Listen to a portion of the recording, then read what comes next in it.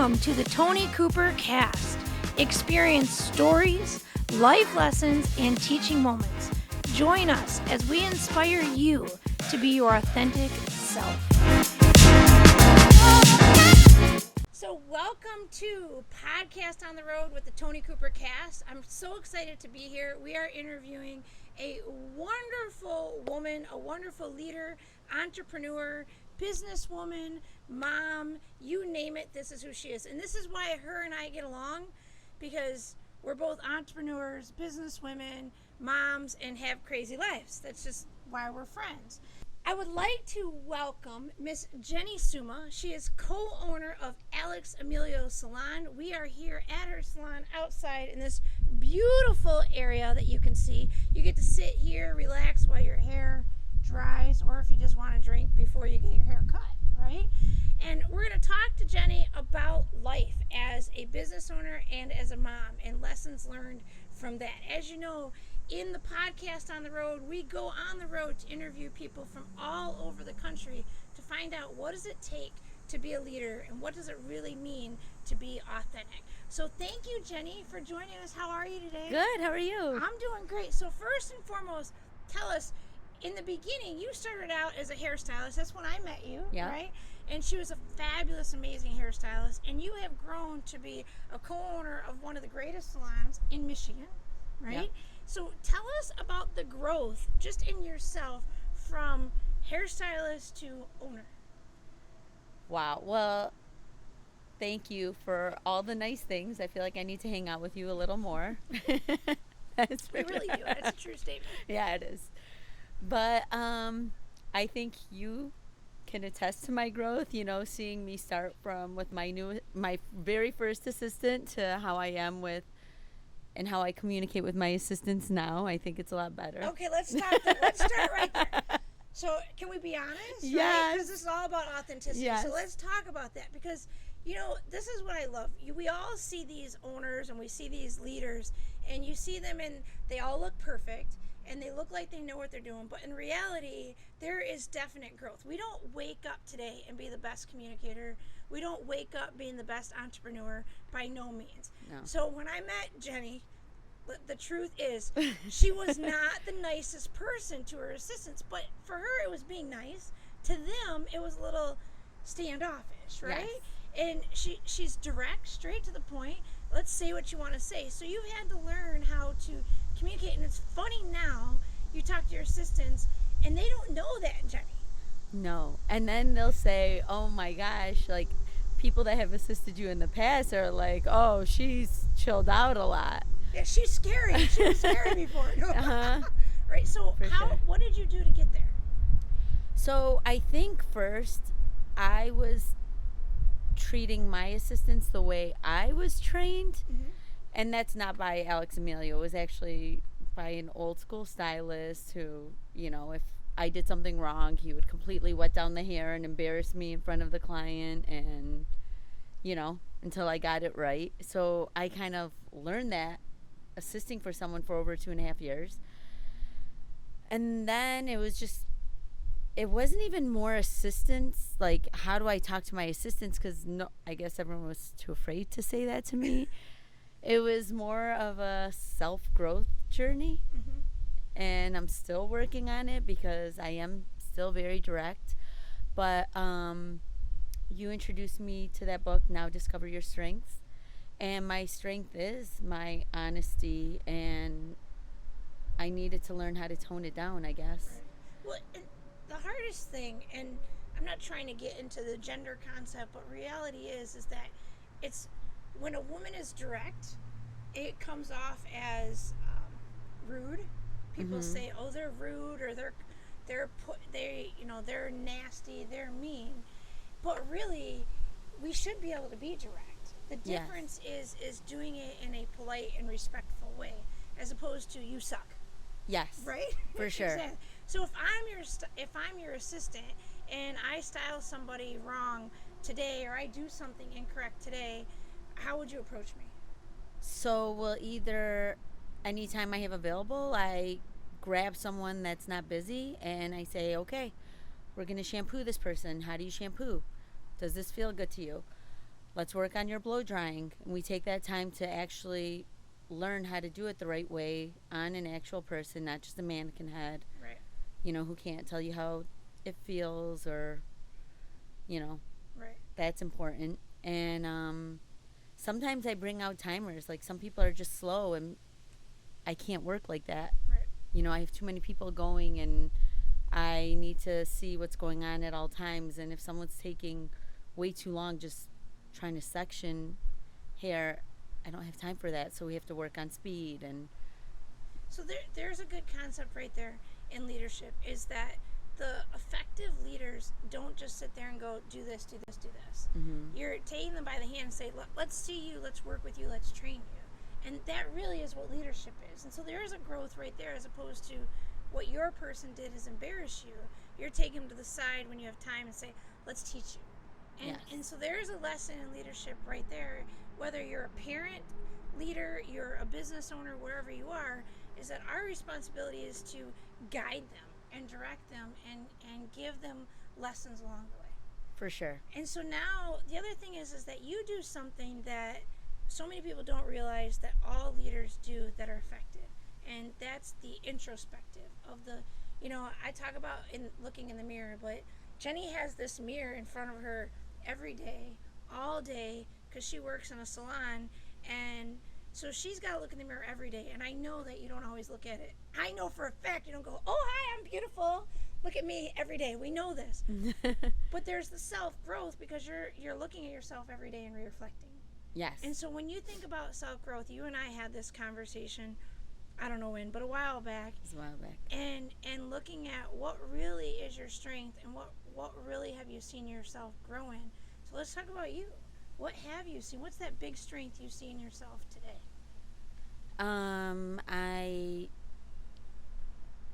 I didn't think about that, but overall, I think it's hard to look at yourself and say, I need to change some things, and how will I do that? Or how, I know I have these strengths, so how can I use them to the best of my ability, right? Right. And I really, really, really do try to do that every single day. Like, I walk into work, and whatever's going on, whether it's, it's hard with kids. You know how it is. Some mornings. Oh, no, being a mom's a piece of cake. I'll talk to a friend, and they're just waking up, and I'm like, man, I worked out, helped get my kids ready, made dinner, Right. got ready for work, got to work, and you're still sleeping. Wow. So what's your schedule? So take a Wednesday. You get to work at what time? 10. And you're here till? Like about 7. About 7 p.m., right? Mm-hmm. So what happens before 10 a.m.? I wake up, work out, get home. I'll make dinner, which I usually have tried to prepare, on Sunday. Okay. I try to prep my stuff, so it's I easier. so want to do that, but I'm not there yet. It really, really helps. Right. Yeah, and so I'll make dinner, and then my sitter usually knows what, they've got to heat up. But my kids they're pretty self-sufficient. Mm-hmm. And now they make their own breakfast. And, so I'll put in like a load of laundry. Usually I do that even before I go to the gym, so that way when I get back I can put in the dryer. Right. And I get ready for work, and I'm off all day. And then you get home, and what happens? I gotta clean, hang out. You got to be a mom.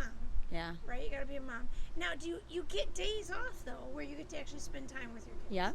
Yeah, and that's important. Mm-hmm. But in the beginning, even before you have kids, being a salon owner is a 24/7 job sometimes. It for sure is. So I don't think that we're looking for balance in life, because I'm a big believer that there's no such thing as true balance. Mm-hmm. It's figuring out what your priorities are. Yes. Right? And so when you're at home, what are your priorities? It's my kids. Right. And when you're at work? And my clean house. I'm crazy about a clean house. Cool. I have to. And what's your priority at work?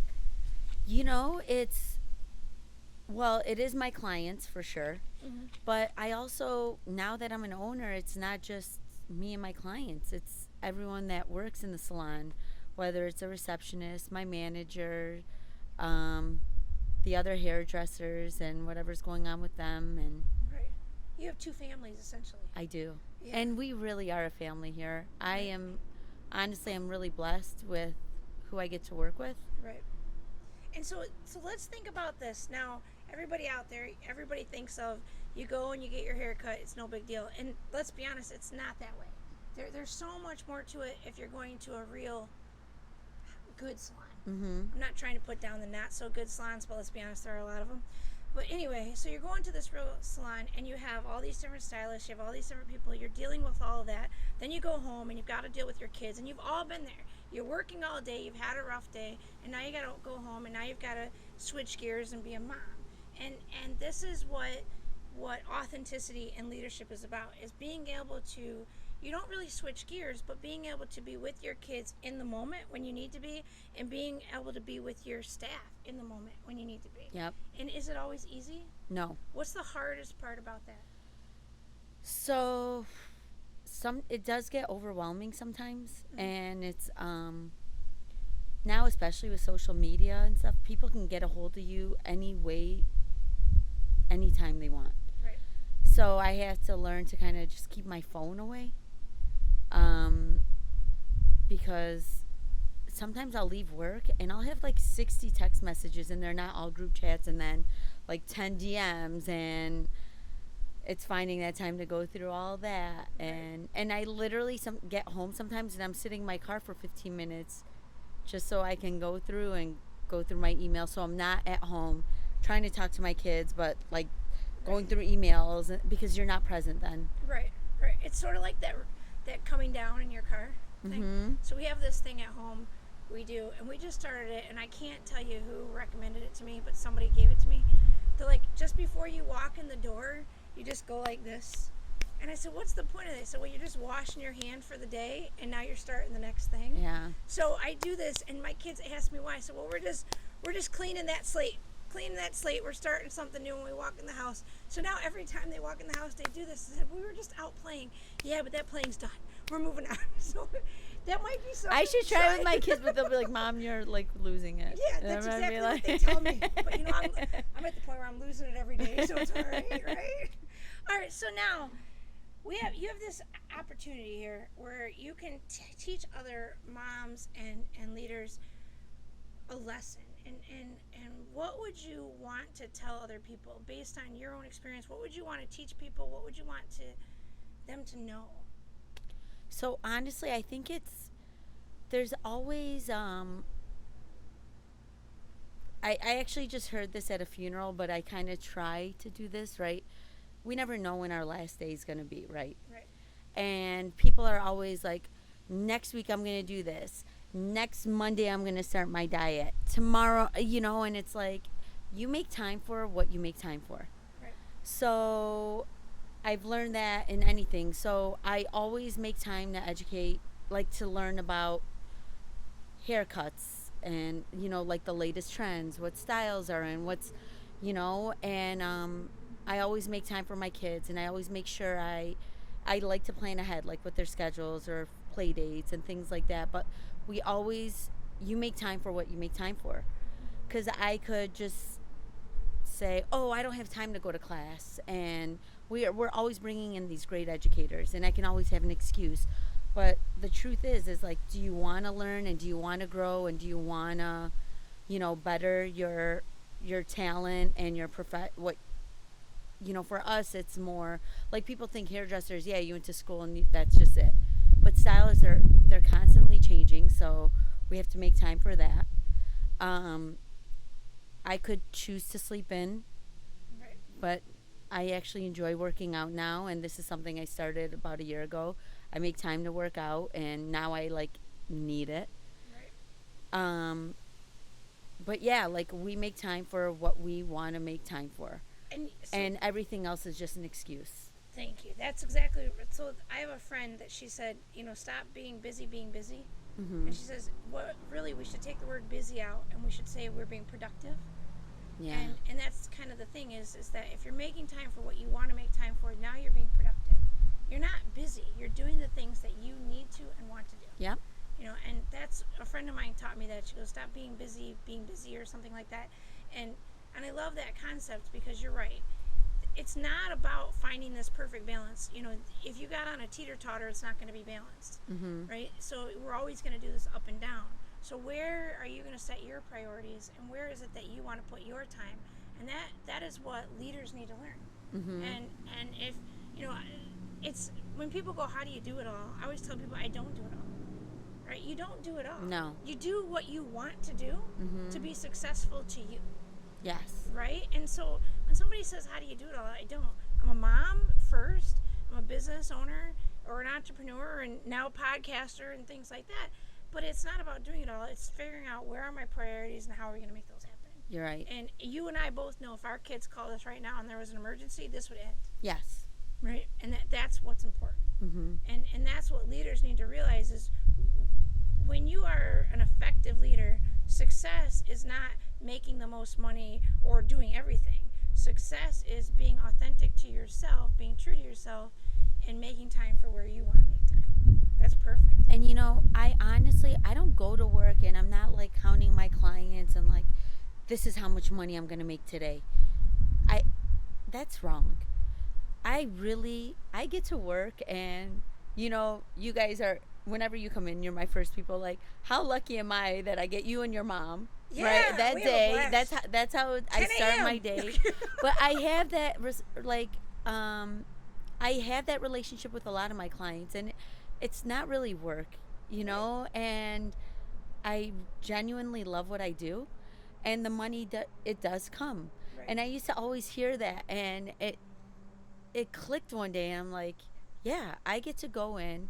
You know, when you're focusing on money and it's just like, oh, I need this and I need this to cover this, and it really does happen. Right. It drains you when you focus on money, though. It really does. Yeah. And you're right. So when you do what you love to do, everything comes. It does. The way it's supposed to. I mean, don't get me wrong, it still takes work. Let's be real. It does, and some days more, and especially, oh my gosh, with the pandemic, it was like different. It's called secret haircuts. No, I'm kidding. Yeah. No, when people are like coming in and everyone is just, you know, not themselves. Yeah. Yeah, because you don't know, right? And so the pandemic, how did you get through that? So I don't focus on the pandemic. Like I said, it's just like every day's a blessing. And I mean, you know, someone said to me, how come you're not afraid? And I'm like, well, if you put a cap on me, you'll see me like terrified, but I'm not afraid of this. Like, it's just one of those things. It's not, I'm not like going in people's faces and asking them to sneeze and cough on me. No, but I just have a lot of trust in God, and like, that's just piece. It's very important for me. Exactly. So let me ask you this. Where are you going from here? I'm going to get my kids. Okay. And what do you, when you think about your goals for this salon, what is your goal? I just hope all the girls that work here, everyone that works here, is happy. They love where they come to work. That they're all successful, and if they're not yet, that they eventually will be. I love to see the assistants when they get their chair, and I love to watch their growth. And I love clients being happy, walking out of here happy.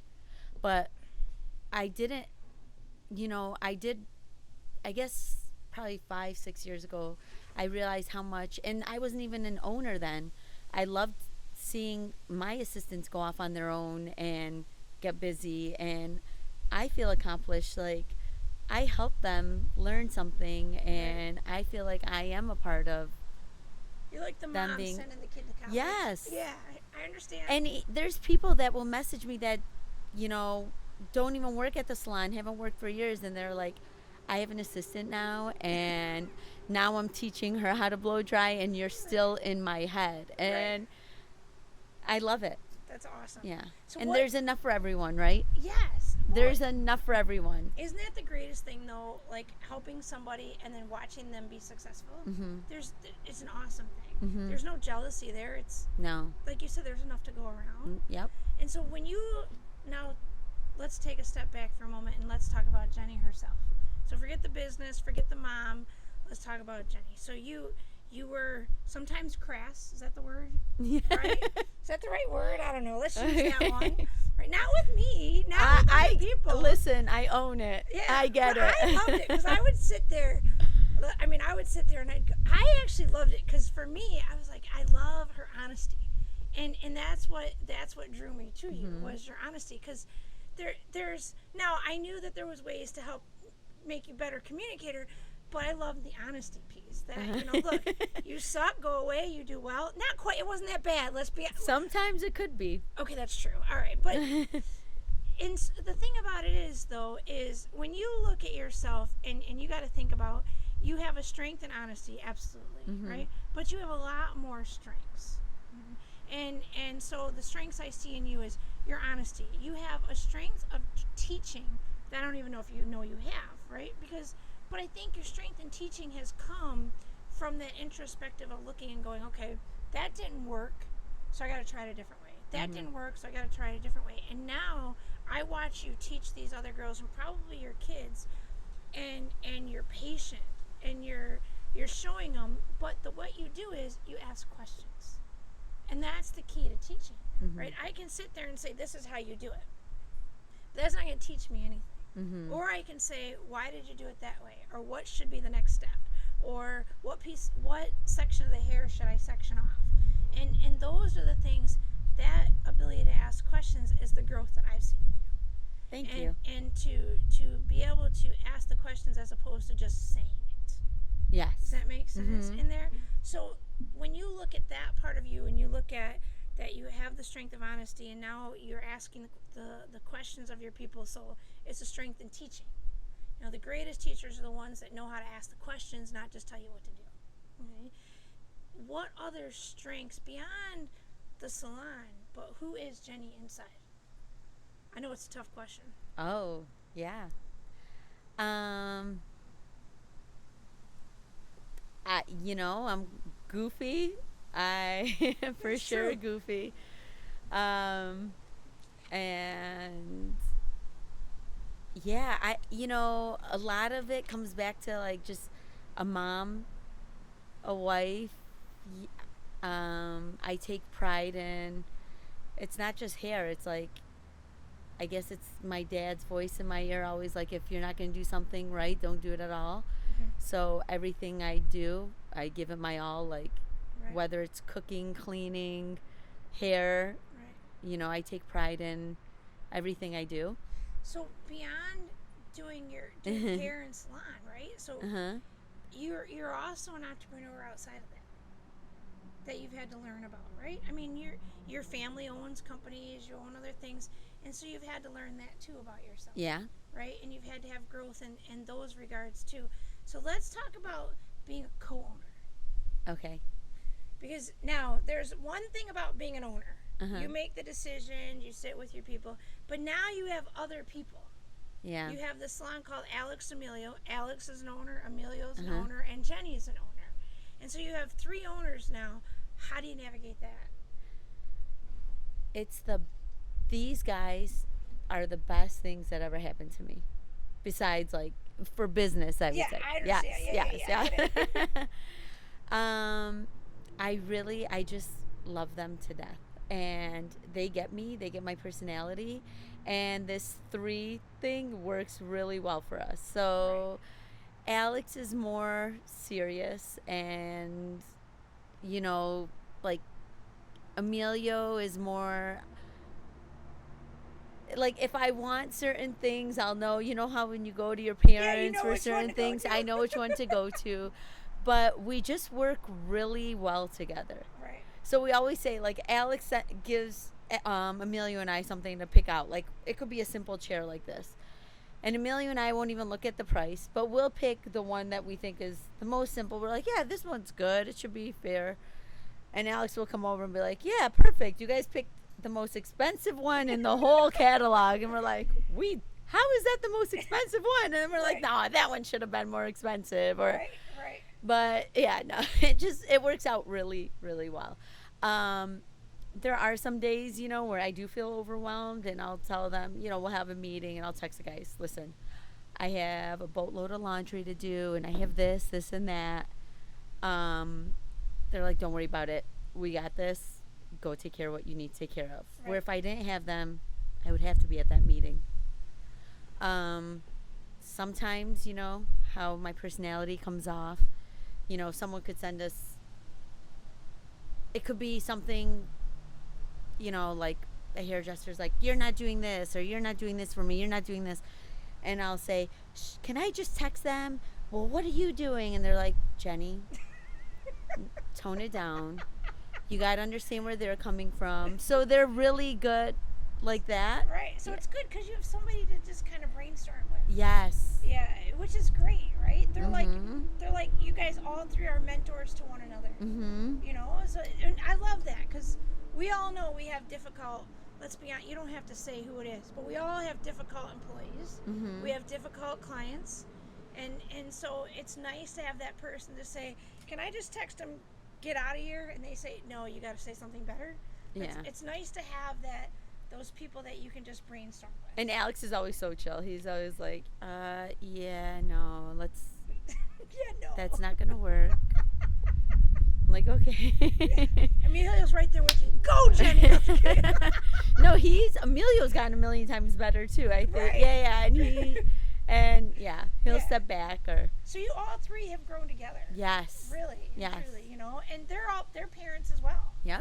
Right. Emilio has his kids. Alex has. So Mm-hmm. and I don't know. I can tell everybody if you want to learn. I would never tell everybody to have kids by no means, but they really are humbling. Yes. And they force you to do introspective because if you don't, they're going to do it for you. For sure. So all their kids are growing up, your kids are growing up, and so you guys are growing in business, but you're also growing as parents. Mm-hmm. And so they really do go hand in hand. Mm-hmm. There are times where I'd like to look at my kids and say certain things that I would never say, and you have those people that you can just go, all right, they're in your head going, okay, what's a better way to word this? Mm-hmm. What's a better way to say this? What's a better way to handle it? And you get to do that here too. Yep. Not to say that your clients are your kids, but really is like a family, Mm-hmm. building each other up, right? Yeah. All right, so let's wrap up, and are there any fun stories or anything you want to share? Fun stories. Well, so this was also something that really helped me. One of the girls, because I am very direct and very straightforward, Mm-hmm. and we had a meeting one time and we were talking because there's always, the ones that don't clean and always the ones that don't do this and the ones that do more of certain things, right? We all have our strengths. So I was just addressing certain things and I said, I'm not saying this directly towards anyone, but if you're getting offended, it means you're guilty. And everyone just died laughing because it's Yes. like 4 people after that texting, hey, I felt like you were looking at me, but I wasn't even looking at them. And I'm like, you're exactly who. You're the one I was talking to. But one of the girls afterwards said to me, Jenny, you get a lot further with honey and not vinegar. And I was like, wow. She's like, sometimes, I don't do well with that. And I'm like, okay, check. Got it. Yeah, that I needed that. And sometimes I have to remind myself, am I being vinegar right now? I need to be more that. honey. That's a good lesson, right? You need to be more honey. So the fact that she felt comfortable enough to tell you is a big deal. Okay. Right? Yeah. Because that should tell you that even though you might be vinegar once in a while, if you were all the time, she never would have came to you. That's true. Right? Mm-hmm. So that's a good growth thing too. All right. The last thing I want to ask you, if you could teach anybody out there in the world about leadership or communication or being a mom and an entrepreneur, what would you want to teach them? If something's bothering you, you have to address it. There's so many people that come in, so many clients that will complain about, their employees or their boss and I'm sure it's hard to address something with your boss, but you don't want to go into work every day just resenting this person. And they say the same for marriage, right? Like it just builds up and builds up and builds up and you just start hating things. But the whole gossiping thing, it just doesn't work. Right. And you need to address it. And as Wayne Dyer would say, if you change the way you look at things, the things you look at will change. There you go. Yeah. Right. So looking for the good versus the bad, addressing it so it doesn't make you sick. Yeah. Because it can physically make you sick. Oh my gosh. And it's just like, I can't believe some of these bosses that feel threatened, like they can't say anything to their employees about certain things because they don't want them to leave, or they don't want them. And maybe that's just not the perfect person for you or your company. Like, you shouldn't feel, I agree, like hostage to your staff because you're afraid to address certain things, know? Like I work in a hair salon, and people come in here not to have someone wearing her pajamas and like no makeup and messy hair do their hair. Right. They want someone that looks like they take care of themselves, work on them. Right. Absolutely. And if you don't address it, then it just creates toxicity. That toxic stuff creates a toxic environment. It makes everybody unhappy. It creates everybody sick to their stomach. Nobody wants to come to work. I always tell people, if you're afraid to let somebody go, that's probably the person you need to let go, because there's somebody better out there. 100%. And I mean, the people that are not good for your company or good for yourself or good for you, you need to let them go. Yeah. Surround and they could be, like a disease for the whole environment. That one person could just destroy everything. Yep. Well, friends can do the same thing, right? So it's surround true. yourself with people who lift you up, not tear you down. Right? All right, good. Anything else you want to share? No, well, I think.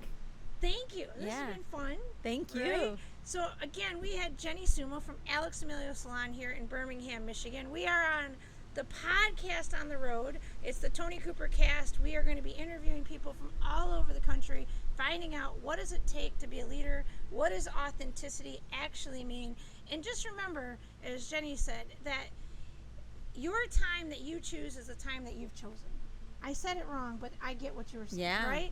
And that you make time for what you want to make time for. And when you look at life, true authenticity is being who you need to be and who you're meant to be. So figure out what your priorities are.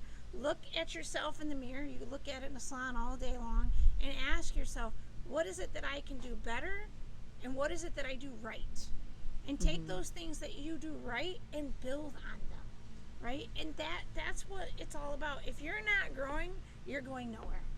Okay? So if you're not developing yourself, improving on yourself, you're going nowhere.